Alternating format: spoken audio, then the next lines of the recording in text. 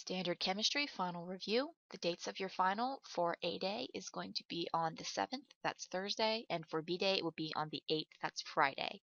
You can access this review as well as the document for the review at srhschem.wikispaces.com. Let's get started with stoichiometry. So the premise to stoichiometry, the most basic thing that you need to have before you do any stoichiometry is a balanced equation. So let's go ahead and balance this one. First thing I need to do is take my inventory. So I'm just going to draw a line down the middle and write the atoms that I have on both sides of the line. Now I just need to go through, take inventory, and count how many I have. So for lithium, I've got 1. For aluminum, I have 1. And for chlorine, I have the subscript 3 here, so that means that I have 3 chlorines. On the other side, I've got 1 lithium, 1 aluminum, and 1 chlorine. So first thing I'm going to take care of, I see everything's balanced except chlorine, so I'm going to come over here. I need to put a 3 in front of this. So this becomes a 3, and the lithium becomes a 3. Now I got to go back and take care of lithium on the reactant side. If I add a 3 in front of this, now I'm balanced. So remember this means there's 3 moles of lithium, there's 1 mole of aluminum chloride, 1 mole of aluminum, and 3 moles of lithium chloride. There's those imaginary ones there that we don't usually fill in. So how many moles of lithium are needed to react with 5 moles of aluminum chloride?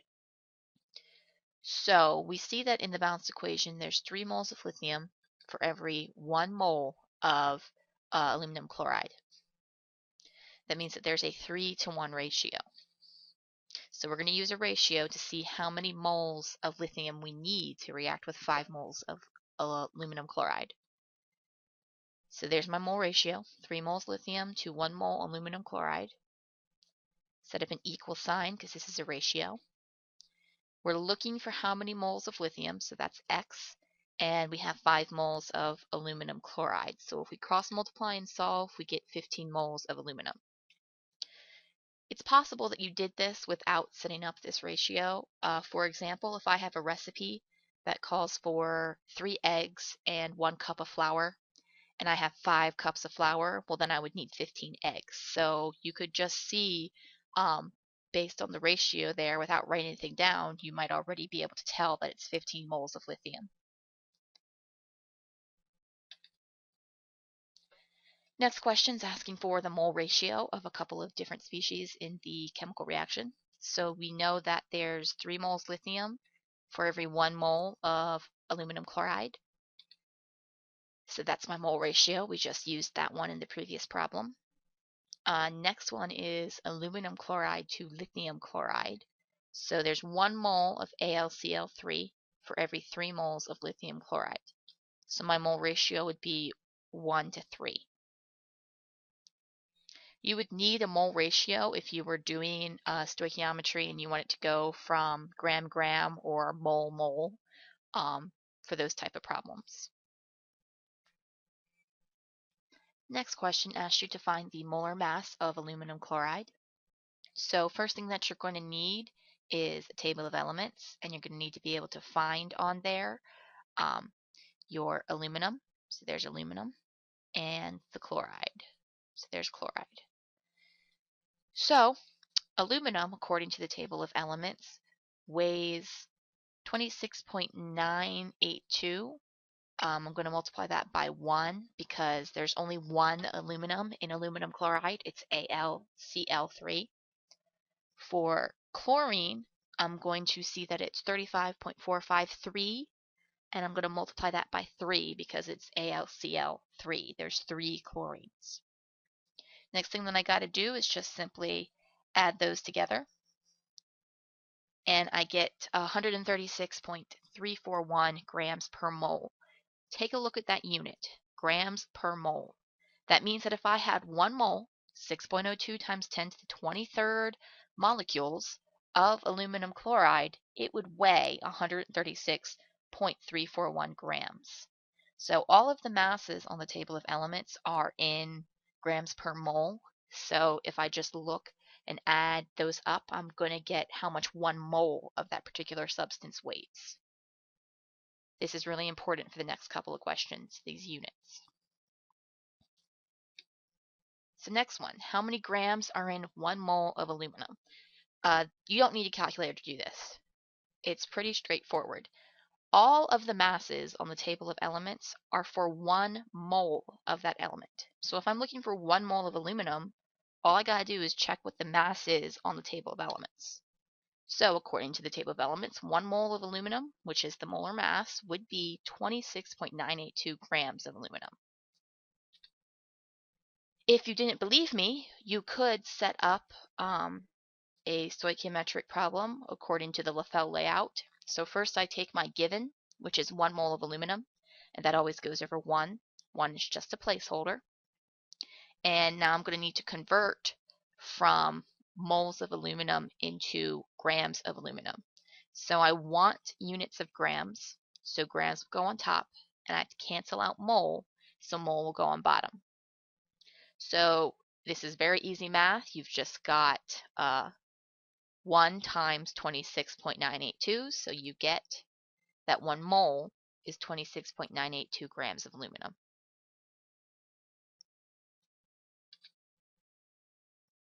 Next one, if I have 6.94 grams of lithium, I want to know how many moles. So this question is basically asking me to go from grams to moles. It's a conversion. Now in order to go between grams and moles, I'm going to need to know the molar mass. So I take a look at my table of elements and I check the molar mass, and I see that the molar mass of lithium is 6.94 grams per 1 mole. So if I have 6.94 grams, therefore I have 1 mole. Again, don't have to do any math here. If you recognize the units, there's no need to set up any equations or do any math. But again, if you didn't recognize that, you could set this up like the Lefel layout. You take our given, which is 6.94 grams of lithium, put it over the placeholder 1. I'm going to need to convert from grams to moles, so I want units of mole. That will go up top. And I need to get rid of units of gram. That will go on bottom. So if you do 6.94 divided by 6.94, you get 1 mole of lithium.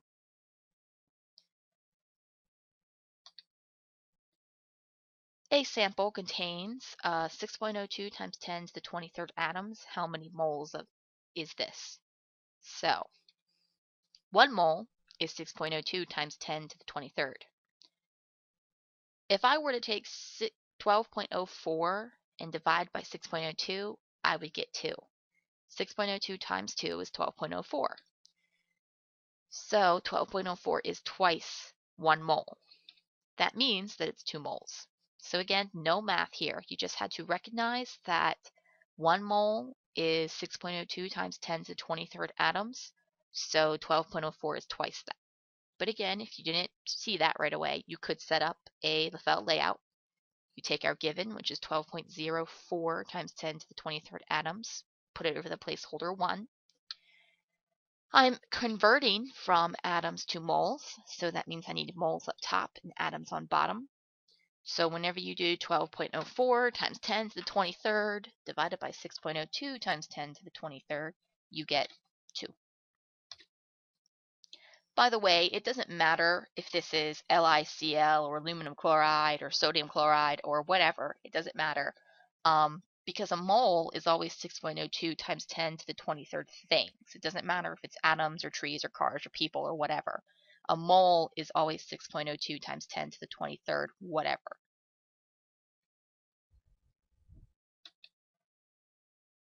A sample of nitrogen gas, N2 gas, weighs 56 grams. How many moles is this? So this is another one that you don't really need a calculator for, but you probably do need to set up the equation. So I'm given 56 grams of N2 over 1. I want to convert from grams to moles. So the unit that I want my answer to have is moles. That will therefore go on top. And I need to cancel out grams, so that goes on bottom. So if I look up the molar mass of nitrogen, I see that nitrogen weighs 14 grams roughly. This is N2, so I'm going to have to double that. So if I do 56 divided by 28, I get 2 moles of nitrogen.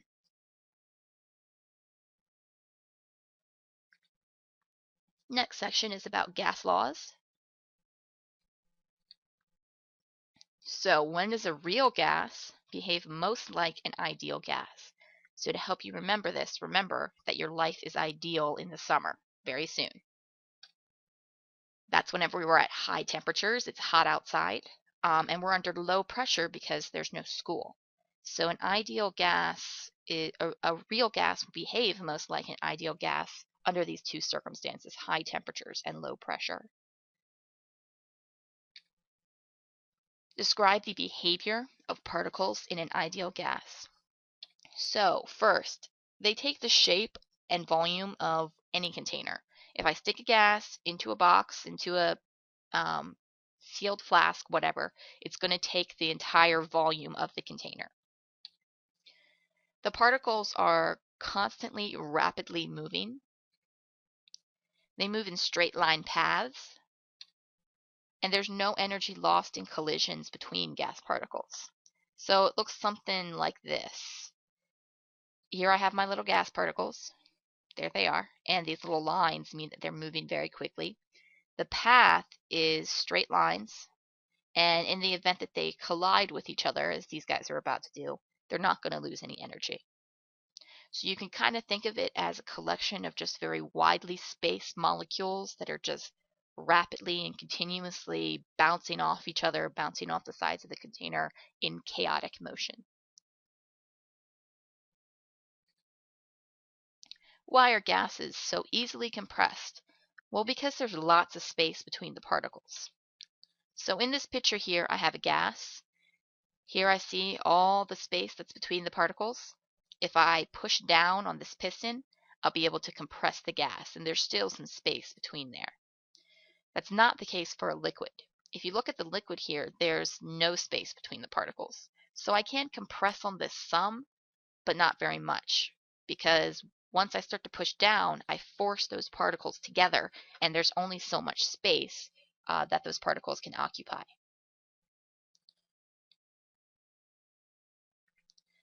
What temperature scale is always used when dealing with gas laws? We always use the Kelvin scale. The reason why is because the Kelvin scale is what we call an absolute temperature scale. That means that 0 degrees K is absolute zero. That's a theoretical temperature at which all motion stops. To convert from Celsius to Kelvin, all you got to do is add 273. So that'll give you 2 degrees Kelvin. What is the formula for Boyle's law? So from this, you should know that P1V1 equals P2V2. Remember, Boyle is a VIP.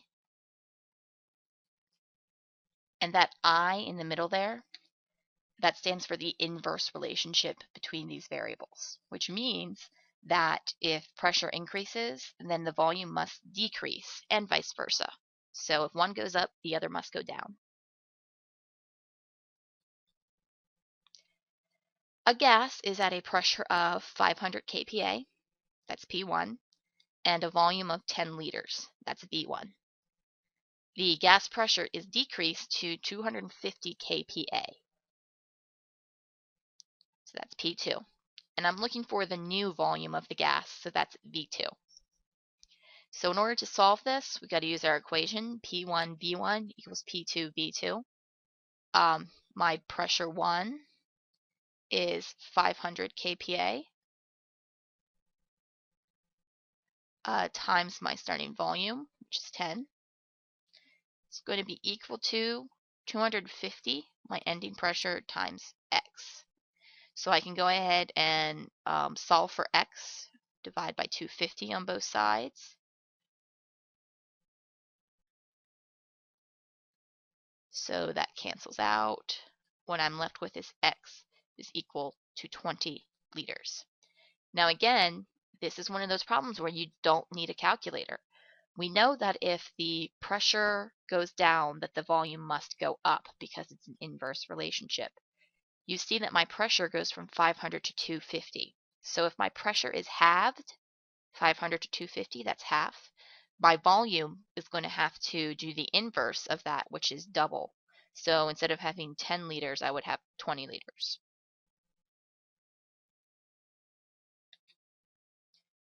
Draw a graph to show the relationship in Gay-Lussac's law. So, remember Gay-Lussac? Directly touches people.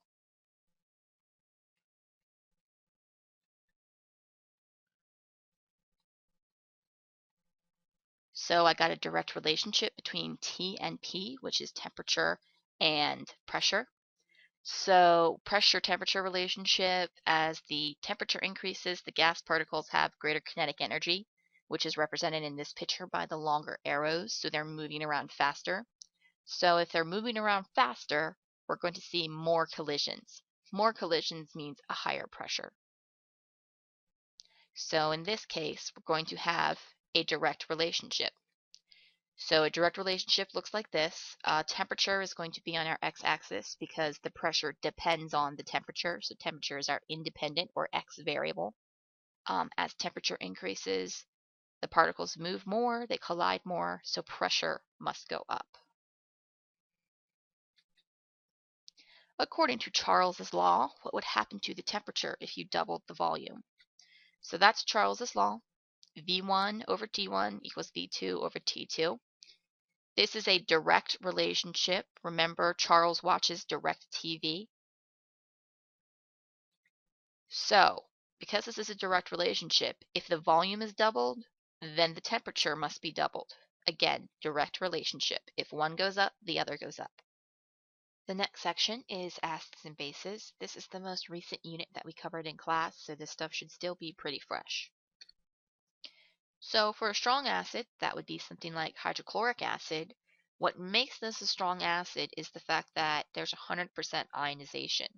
Ionization simply means that every single HCl molecule is going to break down when added to water to form H plus ions and Cl minus ions. So here I've got a few HCl molecules, 5 HCl molecules. When I add them to water, they're going to break apart. Every single one will break apart. So I'm going to get 5 chlorine ions and 5 H plus hydrogen ions. So 100% of them broke apart. For weak acids, that would be something like acetic acid, which is the acid in vinegar.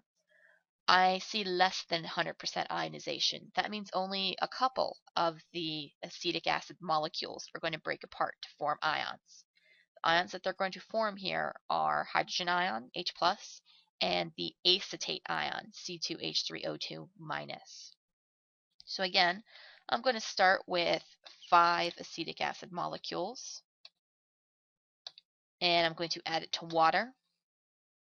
That double arrow is just telling me that there's some equilibrium, that this reaction can go both ways. So instead of drawing every single one broken apart, I'm going to keep these guys whole. So there's 3 whole ones. And then 2 of them are going to break apart to form ions here. So we started with 5 acetic acid molecules, and we end with 3 acetic acid molecules, 2 H plus ions, and 2 acetate ions. And that's only 40% broken down, 2 out of 5. So just to summarize the properties of strong and weak acids, both form H plus ions in solution. So they both form hydrogen ions, and they're both acids. The difference is that weak is only going to partially form those ions, whereas strong is going to ionize completely. The one that's going to be a better conductor of electricity is going to be the strong acid because there's more ions present. The more ions, the better it is at conducting electricity. So this question is just asking to compare strong and weak acids. So again, strong acid ionizes 100%. Weak acid ionizes much, much less than 100%, usually around 5 or 10%. Both are acids and they both form H plus ions in solution. Now I want you to draw a picture showing the degree of ionization for a strong acid, represented by HA, and a weak acid, represented by HW. So there's my strong acid. This is going to ionize 100%, so it's going to break apart completely. Here's my weak acid, represented by HW. This ionizes much, much less than 100%, so only one of these guys is going to break apart.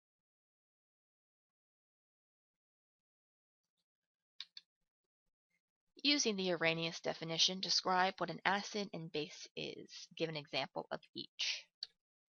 So, according to the Arrhenius definition, an acid is something that if I add it to water, I'm going to get more H plus ions. That could be, for example, hydrochloric acid.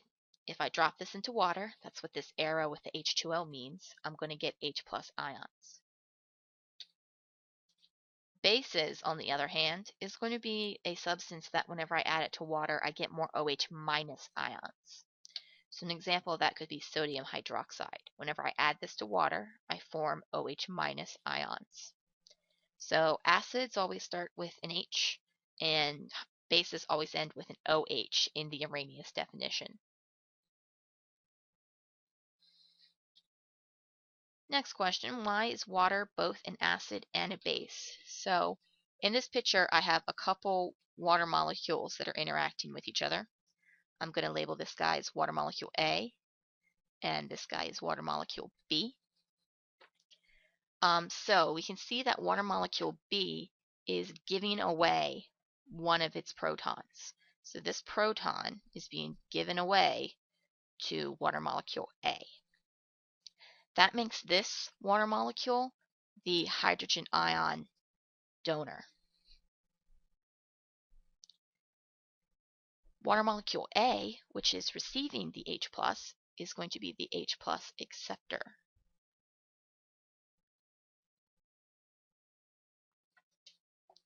So what we end up with over here, we end up with water molecule A, which is now H3O+, so that makes it an acid. And then we have water molecule B, which is OH-, which makes it a base. So the reason why water is both an acid and a base is because it can accept and donate H+ ions or protons.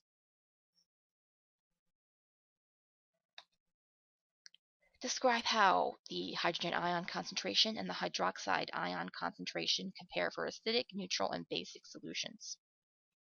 So first we have our acidic solution. And in this case, we see that the H+ ion concentration is greater than the OH-.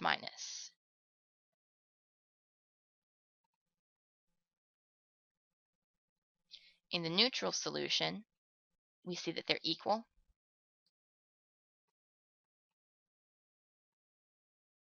And in the basic solution, we see that H+ is less than OH-.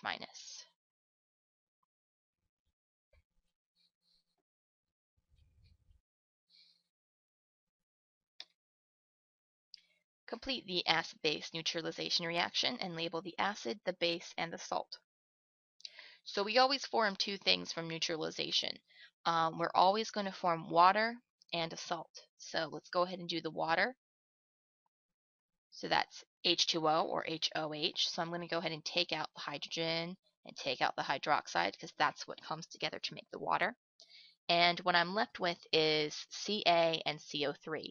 So that's actually going to form calcium carbonate. So that takes care of all of the molecules. They've all been accounted for.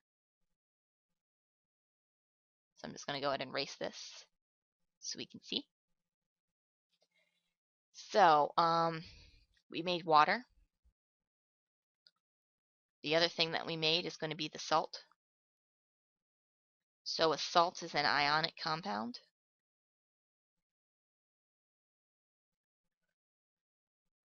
which means that it's going to be a metal and a nonmetal.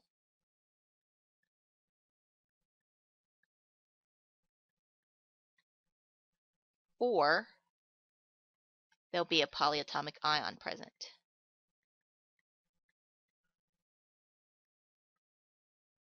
So the polyatomic ion in this case is carbonate, CO3. Its charge is -2. So then the other thing we're left to label is the acid and the base. The acid starts with H, so that's my acid, carbonic acid, and the base here is calcium hydroxide.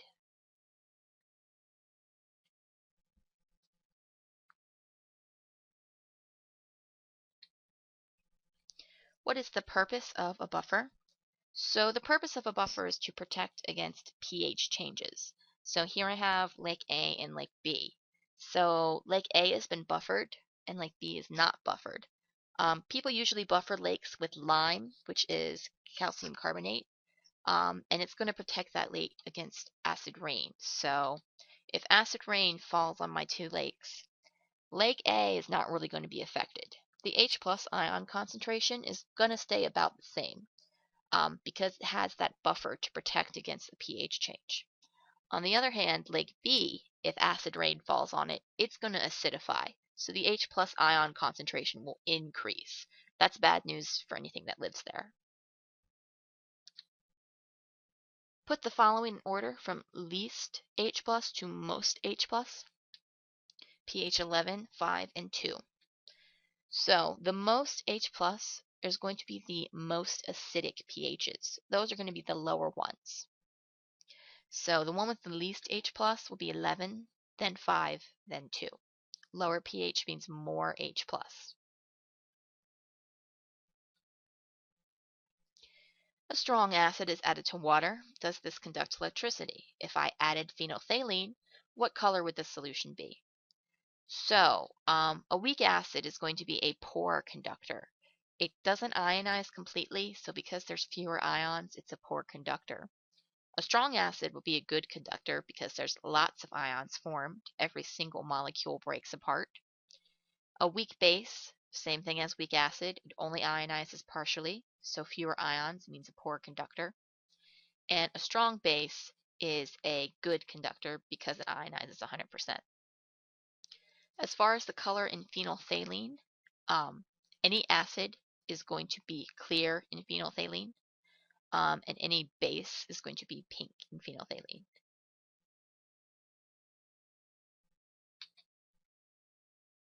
Next unit is solutions that we're going to go over. So consider a gas dissolved in a liquid. Show a graph to describe the relationship between pressure and solubility and temperature and solubility of the gas in the liquid. So here's a graph showing the relationship between solubility in a liquid with respect to pressure for solids or liquids in a liquid or gas in a liquid. So you see how it's constant here for solids or liquids. Changing the pressure on the solution is not really going to change the solubility of a solid or a liquid. So if I was trying to make iced tea and I was trying to put sugar into my tea, that's not going to make a difference. Sugar is a solid, so the pressure won't change anything. Same thing for liquids. If I'm trying to mix together two liquids, pressure is not going to affect how well they're soluble. However, for gases, as the solubility increases, the pressure increases. That's a direct relationship. For temperature and solubility, we see something different. For solids or liquids, as temperature increases, so does solubility. So if I heat my tea, I'll be able to dissolve more sugar. For a gas, however, in a liquid, as the temperature goes up, the solubility goes down. So it's an inverse relationship. As one goes up, the other goes down. So if I have 2 cans of soda sitting open on a countertop and one is cold and one is hot, the hot soda will go flat first.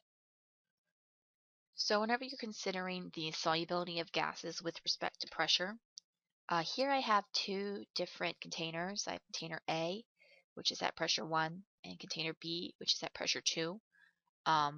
Based on the size of the arrow, I see that pressure 1 is much smaller than pressure 2. So for A, there's less pressure above the liquid. For B, there's more pressure above the liquid. In B, that higher pressure forces those gas molecules into the solution. So whenever I apply this pressure 2, I push down on this piston here. Putting more of those gas particles into the liquid is going to relieve the pressure that has been applied above the gas. So the gas responds and goes back to its original starting pressure by forcing more gas particles into the liquid. So if I have 2 bottles of soda, here I've got a closed bottle, and here I got an open bottle, the cap is off. This one is under higher pressure. This is under atmospheric pressure because it's open to the atmosphere, which is a little bit lower. So P1 is less than P2. Again, because this higher pressure is forcing these gas molecules into solution, the gas is going to be more soluble. So direct relationship between pressure and solubility of a gas in a liquid, such as with soda. In soda, the gas is carbon dioxide. Solubility of gases with respect to temperature. So again, for a solid or a liquid, it's going to be a direct relationship. As temperature goes up, so does solubility. Think about whenever you go to make iced tea, it makes sense to add the sugar before we add the ice. But on the other hand, for gases, as temperature increases, solubility decreases. If I have 2 cans of soda, both open on my countertop, and one is cold and one is warm, the warm one is going to go flat first because the gas is less soluble in the liquid. Draw a graph to show the relationship between solubility and temperature for a solid. So again, that's a direct relationship. For example, it's easier to dissolve salt or sugar into a hot liquid than into a cold liquid. So whenever you make iced tea, you dissolve the sugar in the hot tea before you add the ice. Otherwise, it's hard to get that sugar to dissolve to make sweet tea. Next question asks us to draw the interaction between dissolved NaCl and water molecules. So NaCl is going to ionize in water. That means it's going to break apart to form Na plus ions and Cl minus ions. Now, water is a charged polar particle. That means one end of it is positive, so that's represented by the delta positives here. That's the hydrogen, which would be positive, and one end will be delta minus, that's oxygen. This is because oxygen is more electronegative. That means that it attracts electrons more than the hydrogen. So because those negative electrons are spending more time around oxygen, that's going to be negative. So opposites attract. The negative side of water, the oxygen, should point towards the positive side, sodium. So you see all of the oxygens here are pointed towards my sodium. So there's some interaction there. Now on the other hand, chlorine is minus charge, so the positive sides of water will be attracted to it. So in this case, the hydrogens are going to point towards the chlorines.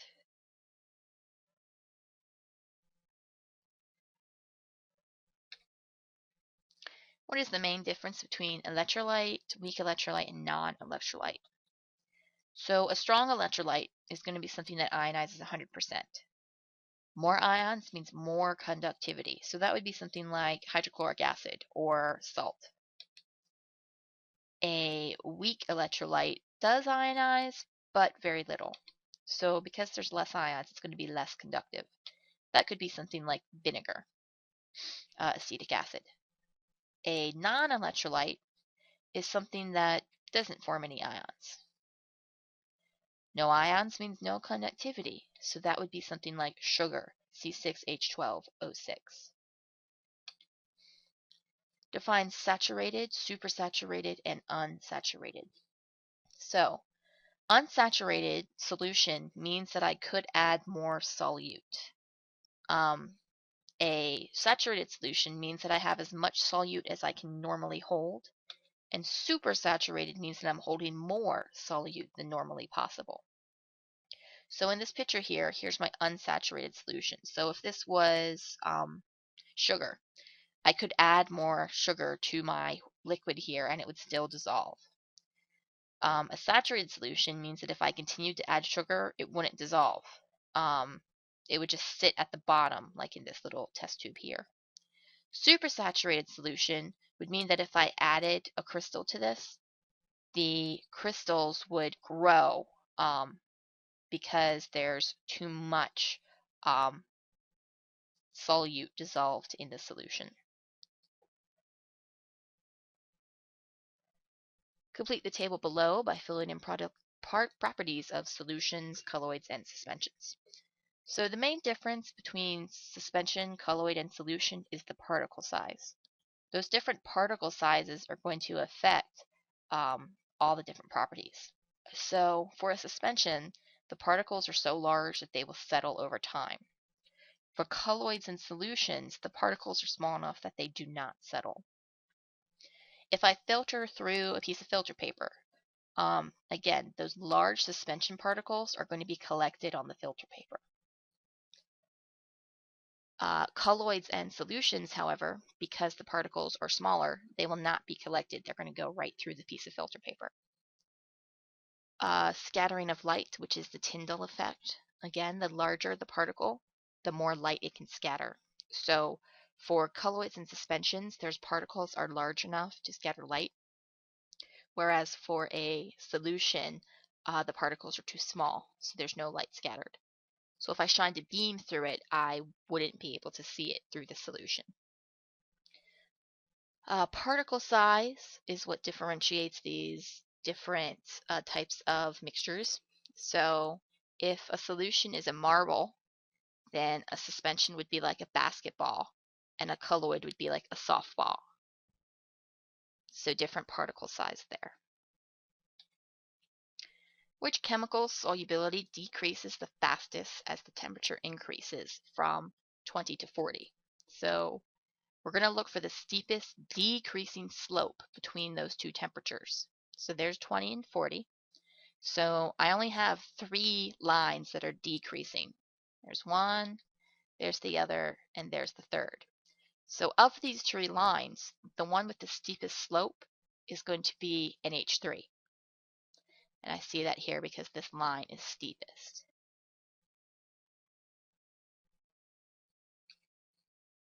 A solution of KNO3 is prepared at 60, then allowed to cool at 50. How much solid precipitated out of solution? So at 60 degrees Celsius, I can hold about 105 grams. So there's 60, there's KNO3, and it's about 105. So here's my KNO3. At 50, it's around 82. So all I got to do is find the difference between those two to see how much falls out. And I get 23 grams of KNO3. Give an example of like dissolves like. What does this refer to? So an example would be water and alcohol. A non-example would be water and oil. Water and alcohol will mix, water and oil will not mix. That's because both water and alcohol are polar, so they will mix together. Like will dissolve like. Water is polar, but oil is non-polar, so those aren't alike, so they won't dissolve. So the property that I'm referring to here, the characteristic, is polarity. Next section is kinetics and thermochemistry. So magnesium reacts with hydrochloric acid. Design a controlled experiment to determine the effect of temperature on rate of reaction. So first I want you to give me procedure. I want you to give me step by step, not in paragraph form, for your control. The control is how I know something funny didn't happen. It lets me know what I can compare my data to. So it makes my data a little bit more meaningful. The independent variable is going to be what's different for each trial. What am I testing the effect of? The dependent variable is what I'm measuring for each trial. And my data table should, at minimum, contain independent variable, dependent variable, and observations. So to set up this experiment, first I'm going to need to set up 3 different beakers. And I'm going to label those beakers A, B, and C. So beaker A is going to be my largest surface area, beaker B would be my medium surface area, and beaker C is my small surface area. So I'm going to need to go ahead and use a scale and measure out 1 gram of magnesium powder, put that into beaker A. Then I'm going to measure out 1 gram of magnesium chips, which are a little bit larger pieces, and put that into beaker B. Then I'm going to need to measure out some magnesium chunks. These are really big pieces, and I'm going to need to measure out 1 gram again and put that into beaker C. I want to make sure I have the same amount of each type of magnesium, so that way I know that the reason the rate of reaction changes is just because of the size, not because beaker A has more or beaker C has less. So the next thing I need to do is measure out 10 milliliters of HCl and add that to my beaker. So now I have 10 milliliters of HCl in my beaker. And immediately, as soon as I add that acid, I need to start timing. Now I'm going to need to record how long this reaction takes. So my data table should have the 3 different beakers, A, B, and C, and how long it takes for the magnesium to completely react and disappear. So let's say it takes 30 seconds. Now I'm going to repeat for beaker B, measure out 10 milliliters of HCl, time, and this time I might get something like 60 seconds. Then I'm going to do it one more time for beaker C. Measure out 10 milliliters of HCl, add it to the beaker, and start timing. And I might get something like 90 seconds. So, what is the independent variable? That's what's different from beaker to beaker. So if you look, I have powder, chips, and chunks. And the difference there is the surface area of the magnesium. Next question asks, what's the dependent variable? That's what we're measuring for each beaker. So in this case, we're using our stopwatch to measure the time, which will tell me the rate of reaction. The fastest rate is going to be the one that takes the least amount of time.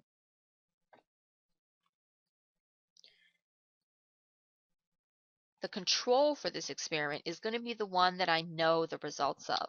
So in this case, it's going to be the middle beaker. I know that since my surface area is intermediate between the two, it's in the middle, that the time should also be in the middle.